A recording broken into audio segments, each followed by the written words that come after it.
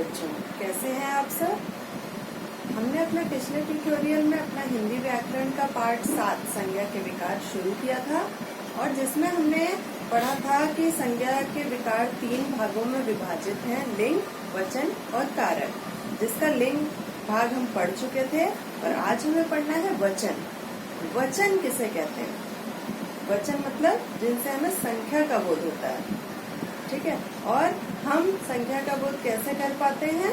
संज्ञा, सर्वनाम, विशेषण और क्रिया के द्वारा, ठीक है। और वचन किसे कहते हैं कि एक पूरी परिभाषा क्या होती है? शब्द के जिस रूप से उसके एक या अनेक होने का बोध होता है उसे हम वचन कहते हैं। वचन के 2 भेद हैं, एक वचन और बहुवचन। एक वचन किसे कहते हैं? शब्द के जिस रूप से उसके किसी एक प्राणी या एक वस्तु के होने का बोध होता है उसे हम एक वचन कहते हैं, जैसे चिड़िया, बस्ता, ठीक है। बहुवचन शब्द के जिस रूप से उसके अनेक होने का बोध होता है, मतलब एक से अधिक प्राणी या एक से अधिक वस्तु के होने का बोध होता है, उसे हम बहुवचन कहते हैं, जैसे चिड़िया, बस्ते, बच्चे आदि। तो इस प्रकार से आज हम पढ़ेंगे अपना भाग क्या? वचन। तो चलिए हम अपना शुरू करते हैं पुस्तक से अपना पाठ वचन। वचन। ऊपर के चित्र को देखकर आपने ध्यान दिया होगा कि फुटबॉल एक है और खिलाड़ी अनेक हैं। अंपायर एक है और खिलाड़ियों की संख्या अनेक है। यहाँ वे शब्द हमें एक और अनेक का बोध करवा रहे हैं। मतलब अंपायर एक है, बच्चे मतलब खिलाड़ी अनेक हैं, फुटबॉल एक है, खिलाड़ी अनेक हैं। तो इसका क्या मतलब हमें पता चल रहा है? एक और अनेक होने का। शब्द के जिस रूप से उसके एक या अधिक होने का बोध होता है उसे वचन कहते हैं। वचन का अर्थ होता है संख्या। वचन की पहचान संज्ञा, सर्वनाम, विशेषण अथवा क्रिया से होती है। मतलब हम वचन की पहचान हम कैसे कर सकते हैं? संज्ञा शब्द से या सर्वनाम शब्द से या विशेषण शब्द से या क्रिया से। वचन के भेद। वचन के 2 भेद हैं, एक वचन, बहुवचन। एक वचन शब्द के जिस रूप से एक प्राणी या एक वस्तु का पता चले उसे एक वचन कहते हैं, जैसे बच्चा, पुस्तक, चिड़िया। एक एक है सब चीज, इसलिए ये क्या है? एक वचन। बहुवचन शब्द के जिस रूप से एक से अधिक वस्तुओं या प्राणियों का बोध हो उसे बहुवचन कहते हैं, जैसे लड़कियां, पुस्तकें, आँखें। जैसे यहाँ पे एक से अधिक लड़कियां हैं, एक से अधिक पुस्तकें हैं और आँखें भी हमारी 2 होती हैं, तो ये क्या है? बहुवचन, क्योंकि ये एक से अधिक हैं, इसलिए ये क्या हो गया? बहुवचन। वचन की पहचान। संज्ञा, सर्वनाम, विशेषण और क्रिया शब्दों के प्रयोग से संज्ञा, सर्वनाम, विशेषण और क्रिया शब्दों के एक वचन या बहुवचन होने का पता चलता है। जैसे सीता स्कूल जा रही है। देखिए यहाँ सीता क्या है? संज्ञा शब्द है ना, किसी व्यक्ति का नाम है, तो एक है ना वो। सीता अकेली है तो हमें सीता के क्या पता चल रहा है? एक वचन होने का। देखिए ये लिखा है ना, सीता संज्ञा शब्द है और वो एक वचन है, अकेली है, एक है। अगर कोई और सीता के साथ गीता भी लिखा होता तो क्या हो जाता? वो बहुवचन हो जाता, क्योंकि वो एक से अधिक बच्चे थे। फिर देखिए दूसरा एग्जाम्पल है, लड़के बाजार जा रहे हैं। देखिए इसमें क्या है? लड़के संज्ञा है लेकिन वो बहुत सारे हैं, एक लड़का नहीं लिखा, लड़के लिखा है, तो ये क्या हो गया? बहुवचन। देखिए लड़के संज्ञा शब्द है और वो बहुवचन है, ठीक है। इसके बाद तीसरा एग्जाम्पल है आपका, मैं खाना खा रहा हूँ। मैं मतलब वो अपने आप के लिए कह रहा है, अकेले के लिए, और मैं क्या है, संज्ञा के स्थान पर जो शब्द प्रयोग होते हैं वो सर्वनाम कहलाते हैं।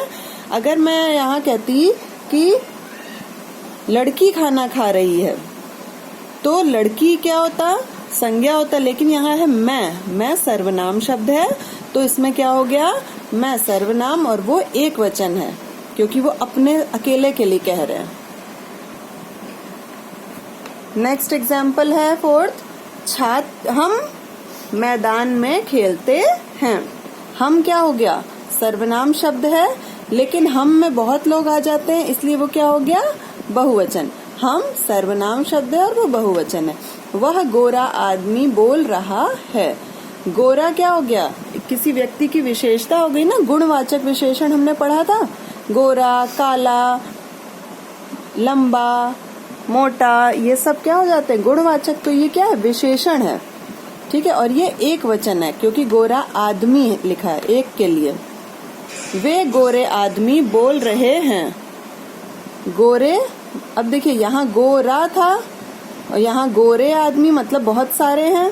ये है तो विशेषण लेकिन ये बहुवचन हो गया। शिक्षक पढ़ा रहा है, मतलब एक शिक्षक के लिए कहा जा रहा है और वो पढ़ा रहा है।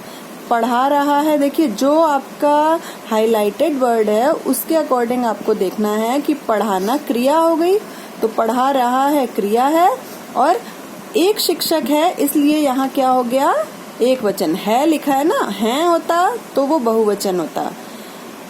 अगर यहाँ होता शिक्षक पढ़ा रहे हैं तो बहुवचन हो जाता। अब देखिए नेक्स्ट है विद्यार्थी पढ़ रहे हैं। देखिए वही आ गया ना, पढ़ रहे हैं, मतलब हैं में अनेक का बोध हो रहा है, तो ये क्रिया शब्द है और बहुवचन का बोध करा रहा है। देखिए दूसरा नंबर, अभी पहला था आपका संज्ञा, सर्वनाम, विशेषण और क्रिया के आधार पर पहचान। दूसरा है कुछ शब्द सदा बहुवचन के रूप में प्रयोग किए जाते हैं। सदा बहुवचन मतलब हमेशा बहुवचन के रूप में, जैसे आपने सदैव स्त्रीलिंग में और सदैव पुल्लिंग में पढ़ा था, वैसे ही है सदा बहुवचन में प्रयोग किए जाने वाले कौन कौन से शब्द होते हैं। जैसे हस्ताक्षर, जैसे उसने हस्ताक्षर किए, हस्ताक्षर तो एक ही होता है लेकिन हस्ताक्षर शब्द हमेशा बहुवचन में प्रयोग होता है। दर्शन, दर्शन किया नहीं बोलते हैं, दर्शन किए बोलते हैं। आंसू, आंसू बह रहा है नहीं बोला जाता है, आंसू बह रहे हैं, तो क्या होता है, ये बहुवचन में प्रयोग होता है। उसके अलावा प्राण, प्राण, जैसे अगर किसी की मृत्यु हो जाती है तो ये होता है ना, उसके प्राण पखेरु उड़ गए, मतलब प्राण चले गए, तो वो भी बहुवचन में प्रयोग होता है प्राण शब्द। दाम, मतलब इसके कितने कितने दाम हैं, किसी वस्तु के लिए हम पूछते हैं ना, दाम मतलब मूल्य। अक्षत, जिसको कि कोई भी क्षय ना कर सके, ठीक है, अक्षत। लोग, लोग बहुत लोगों के लिए भी आ जाता है, तो लोग अगर लिखा है तो ऑब्वियस है कि वो बहुत सारे हैं। तीसरा, व्यक्तिवाचक संज्ञा और भाववाचक संज्ञा तथा द्रव्य पदार्थों का प्रयोग एक वचन के रूप में होता है। देखिए हमने जब संज्ञा शब्द पढ़े थे तो हमने उसमें पढ़ा था व्यक्तिवाचक संज्ञा और भाववाचक संज्ञा में कि ये एक वचन में प्रयोग होते हैं, और जातिवाचक संज्ञा में हमने पढ़ा था कि ये शब्द जो होते हैं बहुवचन में प्रयोग किए जाते हैं। तो वही देखिए यहाँ भी आ गया। अगर आपने संज्ञा अच्छे से पढ़ा है तो आपको ये अपने आप याद रहेगा। जैसे कि सत्य, दूध, चांदी आदि। कुछ शब्दों का प्रयोग सदैव एक वचन के रूप में होता है, जैसे बारिश, पानी, बारिश आ रही है, कहते हैं ना बारिश आ रहे हैं नहीं बोलते हैं कि बहुत सारा पानी आ रहा है इसलिए हम बहुवचन में बोलते हैं, नहीं, वो एक वचन होता है। पानी, घी, दही, आकाश, ये सदैव बहुवचन में प्रयोग किए जाते हैं। आदर देने के लिए भी बहुवचन का प्रयोग किया जाता है। मतलब आदर देने के लिए अगर हम किसी को आदर दे रहे हैं तो हम कहते हैं ना वे मेरे अध्यापक हैं, वो मेरा अध्यापक है नहीं बोलते हैं। या प्रेमचंद हिंदी के महान उपन्यासकार हैं, ये नहीं कि बहुवचन है तो बहुत सारे प्रेमचंद, नहीं, वो आदर देने के लिए हम बोल रहे हैं। हमारे हिंदी अध्यापक बहुत अच्छा पढ़ाते हैं, पढ़ाता है नहीं बोलते हैं कभी, आदर सूचक शब्द के लिए हम बोलते हैं कि हमारे अध्यापक पढ़ा रहे हैं या अच्छा पढ़ा रहे हैं। या अच्छा पढ़ाते हैं। ठीक है, तो यह आदर देने के लिए हम हमेशा बहुवचन का प्रयोग करते हैं। तो हमने जो पहचान पढ़ी वो पहली पहचान क्या पढ़ी? संज्ञा, सर्वनाम, विशेषण और क्रिया। ठीक है, उसके अनुसार परिवर्तित होते हैं वचन। दूसरा पढ़ा जो कुछ शब्द सदैव बहुवचन में प्रयोग किए जाते हैं। तीसरा पढ़ा हमने कि व्यक्तिवाचक संज्ञा और भाववाचक संज्ञा तथा द्रव्य पदार्थों का प्रयोग एक वचन में के रूप में होता है। कुछ शब्दों का प्रयोग सदैव बहुवचन में होता है,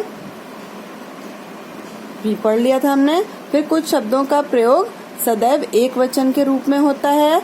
आदर देने के लिए भी बहुवचन का प्रयोग किया जाता है। फिर वचन परिवर्तन अब कैसे होता है एक वचन से बहुवचन बनाने में? स्त्रीलिंग शब्दों के अंत में अ को ए में बदलकर, स्त्रीलिंग शब्दों के अंत में आ के साथ ए जोड़कर। देखिए अ को ए में कैसे बदलते हैं? मेज, मेजें, या पुस्तक, पुस्तकें, गेंद, गेंदें।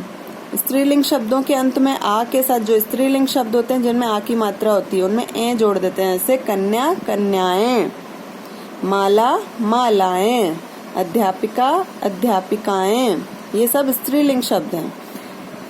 फिर स्त्रीलिंग शब्दों के अंत में ई को इया में बदल कर, जैसे लड़की, लड़कियां, सलाई, सलाइयां, दवाई, दवाइयां। देखिए यहाँ बड़ी ई है, फिर हम छोटी ई कर देते हैं। देखिए छोटी ई लिखा है ना, ई यहाँ। फिर अगला है स्त्रीलिंग शब्दों के अंत में या को या में बदलकर, जैसे गुड़िया, गुड़ियां, चूहिया, चूहियां। फिर अगला है आपका स्त्रीलिंग शब्दों के अंत में उ के साथ ए जोड़कर, जैसे वस्तु, वस्तुएं। फिर ऋतु, ऋतुएं, छोटी ऊ की बताई। अब ये देखिए बड़े ऊ की बहू, बहुएं, छोटा ऊ हो जाता है यहाँ पे। वधू, वधुएं। पुल्लिंग शब्द के अंत में आ को ए में बदलकर, कुत्ता, कुत्ते, पंखा, पंखे, बस्ता, बस्ते। बस्ता किसे कहते हैं? बैग। कुछ शब्दों के अंत में दल, वर्ग, जन, लोग और वृंद आदि लगाकर भी बहुवचन बनाए जाते हैं। जैसे अंत में ये जोड़कर, मतलब दल, वर्ग, जन, लोग या वृंद, ये आगे जोड़ देते हैं। अध्यापक, अध्यापक गण, गरीब, गरीब लोग, सेवा, सेवा दल। ऐसे हम ये सब शब्द इनके आगे और ऐड कर देते हैं। तो आपका ये यहाँ तक आज रहेगा आज का ट्यूटोरियल। और आपका होमवर्क है कि ये तो आप पूरा पढ़ेंगे ही, और इसको आप ये जो सारे चार्ट हैं ये आपको पढ़ने हैं स्वयं। ये सारे अच्छे से पढ़ने हैं, ये सारे। ठीक है, ये वाले सारे और ये वाले। ठीक है, तो ये आपका आज का गृह कार्य है। अपना गृह कार्य रोज का रोज करते रहेंगे, तभी आप एक्सरसाइज कर पाएंगे। अच्छे से पढ़िएगा, अपना ध्यान रखिएगा। धन्यवाद।